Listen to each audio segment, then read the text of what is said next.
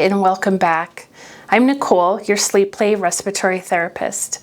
Welcome back to another day that gets you closer to better sleep.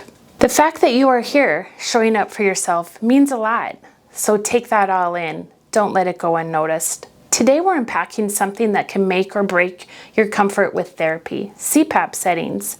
If you've ever wondered what those numbers mean, what ramp or EPR actually do, or how the pressure is chosen for you, this episode is your guide. By the end, you'll know exactly how your machine keeps your airway open, and those small tweaks can help you sleep better than ever. So let's start with your CPAP machine, and what does it do? Your CPAP machine's job is simple. It gently pushes air in to keep your airway open while you sleep. That pressure is measured in centimeters of water, usually ranging from 4 to 20. During your sleep study, your provider finds the lowest, most effective pressure that prevents apneas.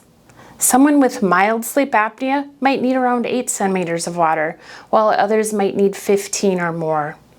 Don't stress about changing it by accident.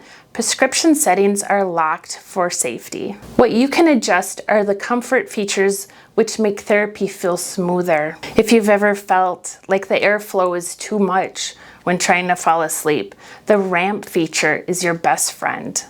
It starts your therapy at a lower pressure and gradually increases to a prescribed level, usually over 5 to 45 minutes. About 70% of our new users say ramping helps them relax and fall asleep faster.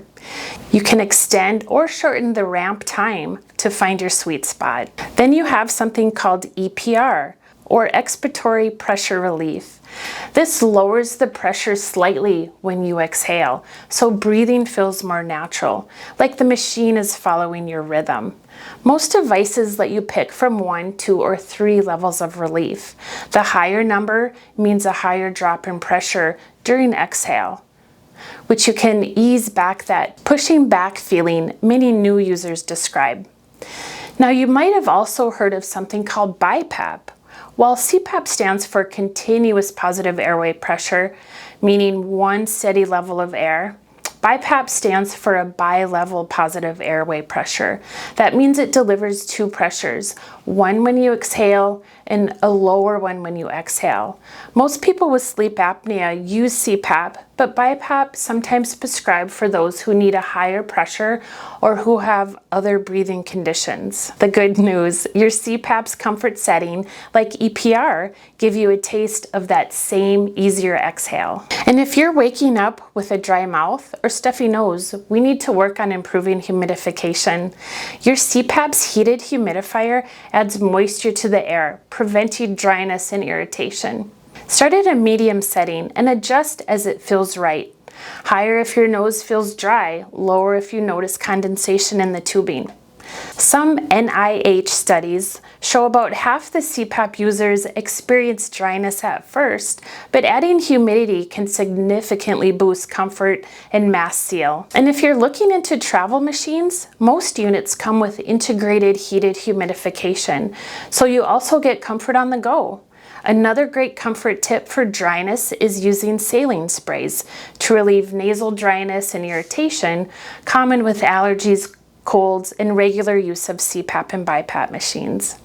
You'll find great resources and comfort accessories in the video description so you can experiment with what works best for you. Next, let's talk about how you find your perfect setting. This is called titration, a process where pressure is fine-tuned through the sleep study or data from an auto-adjusting, an APAP machine.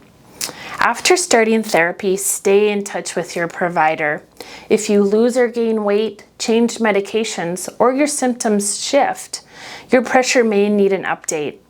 Nearly 80% of patients report a big improvement in sleep quality once their settings are properly optimized, and that's the goal: personalized comfort and effective treatment. You can always call us at Sleeplay and we'll be happy to help you. Understanding these basics gives you the power to take control of your therapy. So let's take a step further as we learn how to tell when your settings are just right. First, let's quickly revisit how your pressure is set in the first place. Most people start between 4 and 20 centimeters of water, with an average around 9 centimeters of water. This number isn't random. It's found during your titration study, where your breathing, oxygen levels, and sleep stages are all monitored to find the lowest pressure that keeps your airway open all night. Your doctor then programs that prescription into your machine. If you are using an APAP, the auto-adjusting CPAP, that device continuously adapts to your breathing pattern in real time. A great option for those people whose needs vary throughout the night. So how do you know if your pressure is too low? Look for these signs. You're still snoring loudly. You wake up choking or gasping for air. You feel groggy, unfocused, or irritable during the day. Your high blood pressure isn't improving even with treatment. If that sounds familiar, your machine might not be providing enough support to keep your airway fully open. On the flip side, if your pressure is too high, you might notice struggling to exhale against the airflow, a dry mouth, nasal irritation, or a burning throat, air leaking around the mask or into your eyes, gas or bloating from swallowing air. High pressure can make therapy uncomfortable and affect your sleep quality, but don't worry, there's a fix for that too. If you're noticing any of these symptoms, don't try to adjust the pressure on your own. Instead, reach out to your sleep specialist or a respiratory therapist. They'll review your therapy data, things like AHI score, the apnea-hypopnea index, mask leak rate, or usage hours to decide whether your settings need a fine-tuning.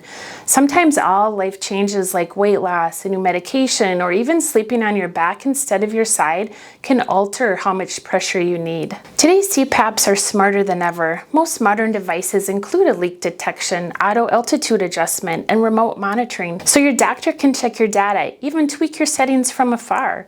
Some models also let you track your own progress, showing your sleep hours, mask seal, and AHI score right on the screen or in a mobile app. It's like having a mini sleep lab right beside your bed. Here's the takeaway. Your CPAP settings aren't just numbers. They're the key to unlocking better sleep, sharper focus, and more energy.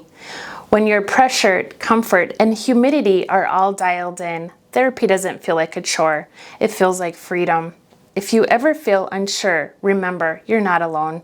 At Sleeplay, our respiratory experts are here to help you personalize your setup, troubleshoot issues, and get back to restful nights. Check out the links below for articles on adjusting your therapy, optimizing your humidifier, understanding AHI scores, and finding your ideal comfort accessories. All designed to help you get the most out of your CPAP journey. Thank you for making it till the end of this video. We unpacked a lot of information. Feel free to rewatch or dive into our resources for more information. Until next time, I'm Nicole, and remember, better sleep isn't just possible, it's waiting for you tonight.